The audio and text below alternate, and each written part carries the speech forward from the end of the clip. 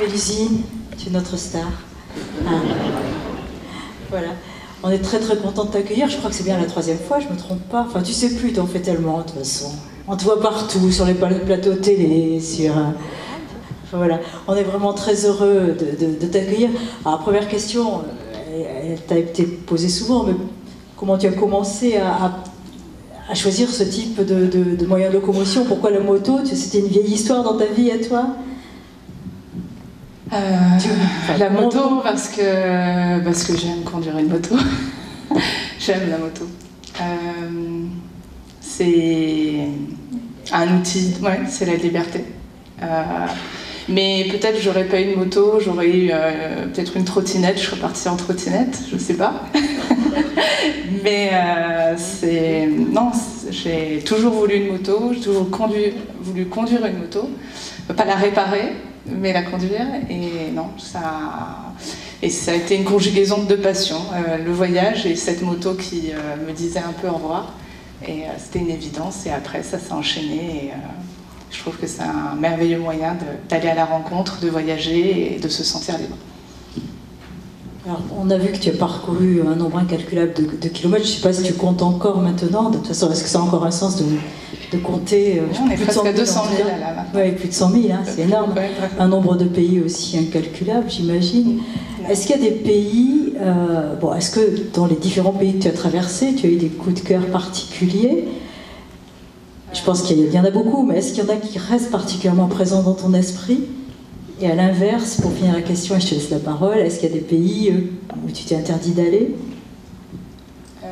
Je vais dire plutôt, je vais commencer par la dernière question. Je m'interdis, en tout cas par rapport à ce projet, d'aller dans des pays en guerre.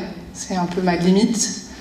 J'aime beaucoup parcourir le monde. Je pense qu'on a un énorme terrain de découverte et de rencontres, donc ça suffit en tout cas pour s'amuser et pas causer des risques ou d'aller dans des endroits où ça pourrait poser problème de venir me chercher parce que moi j'ai décidé d'aller là-bas et voilà. Ensuite, des pays qui m'ont touchée, je pense que la Mongolie est un pays qui m'a complètement enchantée, parce que c'était vraiment la liberté totale, parce que c'est un des pays uniques où on peut aller comme ça à travers la steppe, sans feu, sans rien, sans cette liberté totale, même en moto. C'est la première fois que je l'ai expérimenté, et je l'ai juste retrouvé quand je suis partie en Amérique latine sur le Salar de Uyuni. Et je pense que l'Iran a été mon second coup de cœur, où j'ai rencontré une population qui était...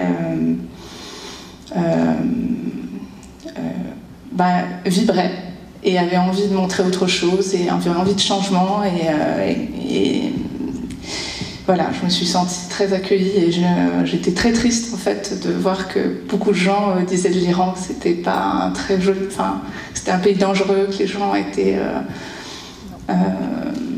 voilà, donc c'était un petit peu mon coup de cœur. Une autre question avant de passer le micro au public, je pense qu'ils auront plein de choses à te demander. On a bien vu que le début est le plus difficile, il faut apprivoiser ses peurs sans doute, mais finalement une fois que ça c'est un peu, on se rassure un peu sur tout ça, on a l'impression que tu pars, c'est facile, mais est-ce qu'il n'y a pas un certain temps de préparation pour ces voyages? Comment est-ce qu'on prépare un voyage au long cours comme ça? Ah, je vois. Comment on prépare? Est-ce qu'on le prépare? On ne prépare pas tout, j'imagine, mais est-ce qu'on prépare un peu? Qu'est-ce qu'on fait? On se prépare à pas être préparé. Parce qu'en fait, on n'est jamais prêt. Tu as été à bonne école, j'ai l'impression que ça me rappelle un discours...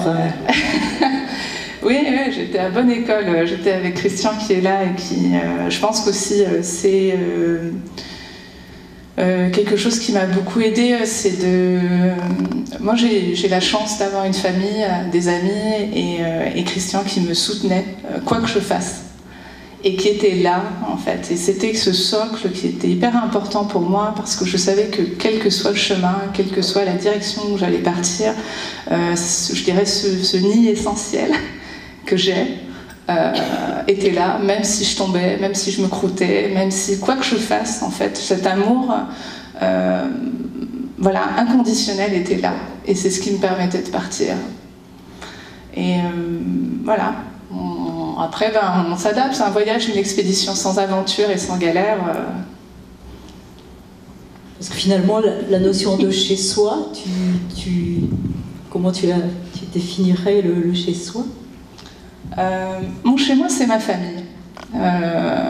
Après, je le transporte ailleurs. J'imagine que dans la salle, il y aura des questions. Donc, n'hésitez pas. On a Mélusine pour juste aujourd'hui, juste ce soir. Et demain, malheureusement, elle ne pourra pas être avec nous. Donc, est-ce que l'un de vous aurait quelque chose une question à poser? Alors, je ne vois pas toujours très bien d'ici, mais allez, là-bas. Oui?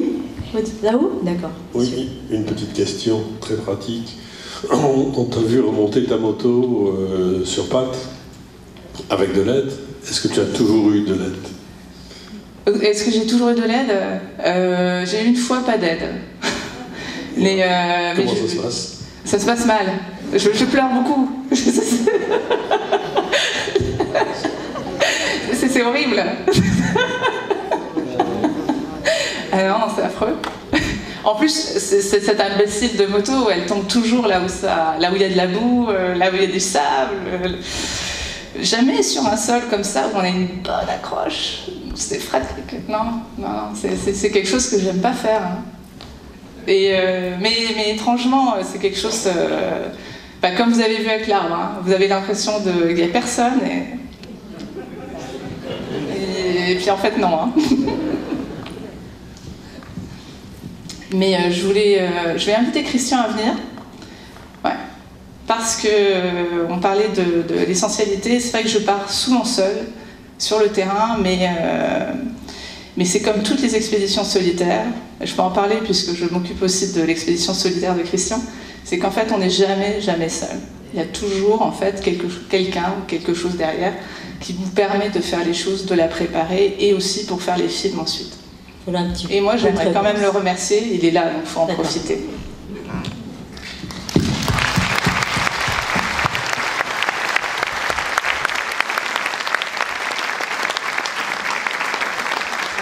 Finalement, c'est peut-être un petit bout de réponse à la question sur la préparation d'un voyage comme ça. Il faut être, effectivement, tu y as répondu, il faut être bien entouré, savoir qu'il y a des gens sur qui, malgré tout, tu peux compter s'il y a vraiment un gros souci. Et puis croire en soi. Et puis croire en soi, voilà, parce que... S'écouter, y a plein de choses, mais... Et puis il faut y aller, surtout il faut essayer. J'ai une autre question qui serait, est-ce que tu pourrais envisager de faire ce genre de voyage sans aucune caméra? Oui. Oui. Ce serait, je dirais même, probablement une plus grande liberté.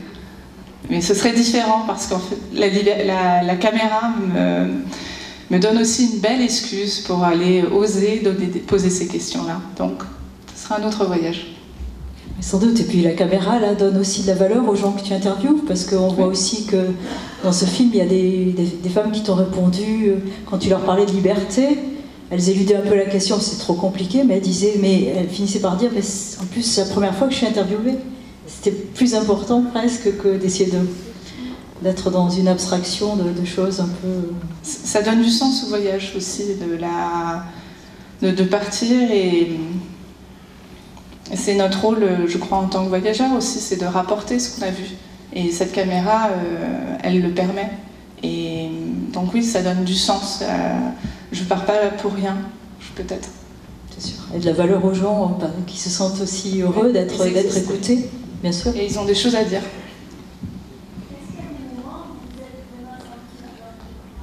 Alors, des moments plus dangereux que d'autres où tu t'es senti en danger?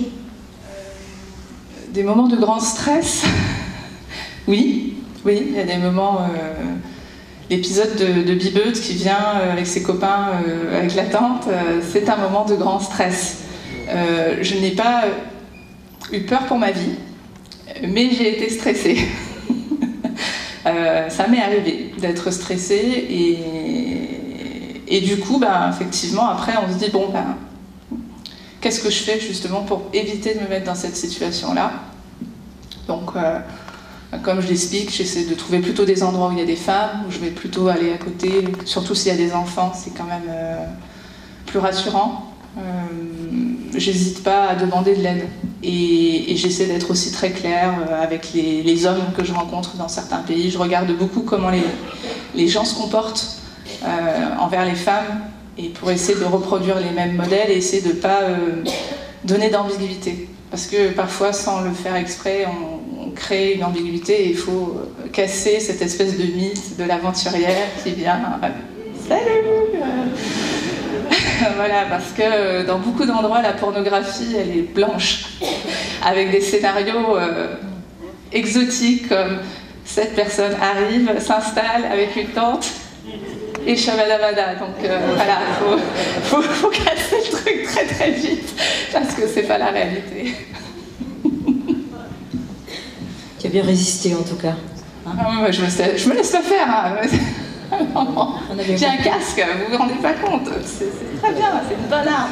Est-ce qu'il peut y arriver quand même des situations vraiment critiques et où tu es, enfin voilà, est-ce que tu as vécu quand même des situations extrêmement, bon là on a compris, mais il y a d'autres choses, parce que finalement sur le nombre de jours, de semaines, de mois, d'années finalement que tu as passé un peu sur des routes, tu as l'air quand même de te dire que le bilan est, de toute façon le bilan est positif, mais après les dangers se sont fait oublier un petit peu, ou en tout cas... J'ai une très mauvaise mémoire, alors ça marche, c'est très bien, ça me permet d'avancer. Mais globalement, les gens que j'ai rencontrés, les endroits où j'ai été, ça s'est plutôt bien passé. Après, l'expérience fait que vous évitez de vous mettre en danger. La nuit, j'évite de rouler, même si forcément ça m'arrive, voilà. Pareil, pour essayer de me mettre pas dans une situation... ça n'exclut pas les problèmes, et j'ai le pas de chance. Mais c'est vrai que beaucoup de ma concentration va justement pour éviter la situation de danger. La première expé que j'ai fait, quelqu'un m'a offert une matraque rétractable, en me disant par contre, vas-y franco, quoi. C'était super, hein, elle pesait 2 kilos, hein, et puis tu la rétractais. Et c'était, l'objet en lui-même était violent. Et j'étais là, mais qu'est-ce que je vais faire? Et ça m'a rendu parano. J'étais là avec ma matraque et je voyais un homme venir. J'étais là, qu'est-ce qu'il va faire? Est-ce qu'il va me...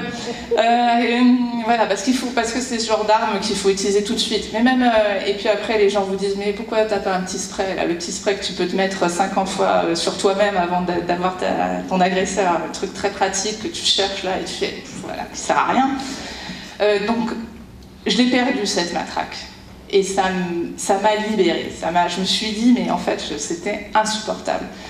Mon mécanisme à moi, ce qui marche pour moi, c'est justement d'éviter de me mettre dans une situation où j'ai à utiliser cette matraque. Donc c'est de regarder les gens qui viennent vers moi de manière comme elles sont. Franchement, elle vient, comment elle me regarde? Est-ce qu'elle me regarde tout de suite sur les nichons? Ben non, ça va peut-être pas bien se passer. Si la personne... voilà, comment elle est la situation. On développe énormément un instinct qui est hyper fort et on essaie de l'écouter au maximum. Et ça ne veut pas dire qu'il ne va pas m'arriver des bricoles, mais j'essaie au maximum d'écouter cette voix. Et jusqu'à présent, j'ai l'impression que ça va. Mais je reste persuadée que d'une manière générale, les gens vous rendent service s'ils peuvent le faire. Allez, est-ce qu'il y a une dernière question? Peut-être la personne qui est là? Attendez, vous avez un micro qui arrive. On vous répétera. Oui, on sent que les femmes que vous rencontrez ont beaucoup d'admiration pour vous, j'ai l'impression. Et les hommes aussi. Est-ce que vous pensez que ça change le regard des gens, le fait que ce soit une femme qui fasse ce genre d'expérience? Oui. Oui, bien sûr. Ça change parce que la moto est un outil, un véhicule très masculin, et c'est très surprenant de voir une femme qui conduit cette moto, et ça ouvre un champ possible dans des endroits où les femmes n'ont pas forcément, où la société n'imagine pas forcément une femme faire ça. Donc ça ne veut pas dire que elles imaginent ça forcément pour elles, mais c'est possible. Il y a peut-être même une certaine fierté à se dire, dans ma sororité de femmes, une femme est capable de venir avec une énorme moto et de rouler et de faire comme un homme. Et Et donc il y a cet effet à la fois de surprise, de joie, et puis les personnes peut-être qui sont hostiles ne viennent pas me le dire. Bon. Mais ça surprend aussi en France encore.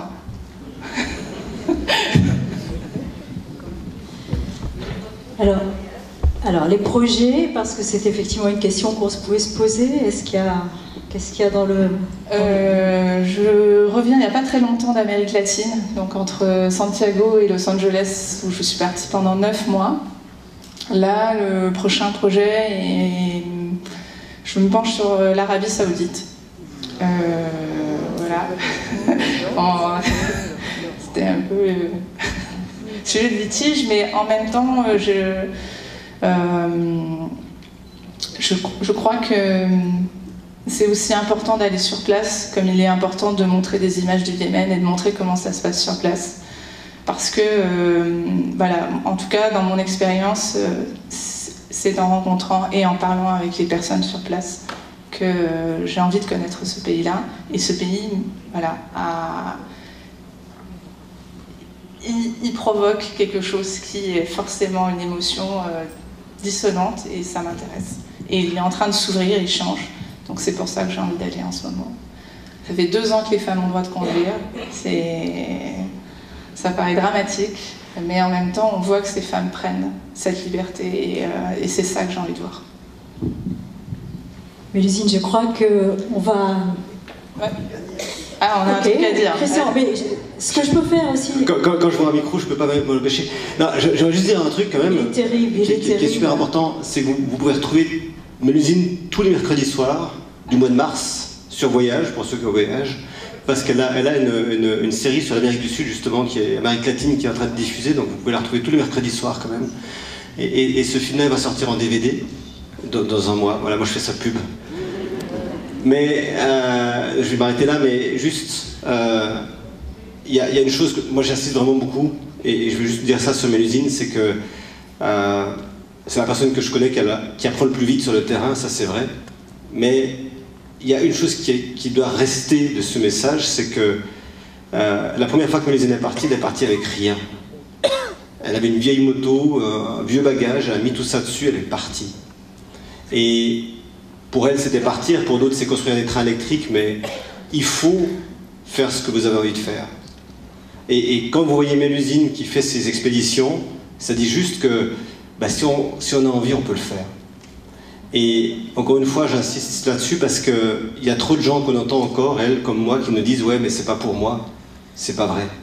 C'est pour tout le monde, et si vous avez envie de faire quelque chose, donnez-vous juste les moyens de le faire, et demandez à Mélusine comment faire, parce qu'elle a des tas de choses à vous dire pour ça. Merci Christian. Merci. Merci Mélusine.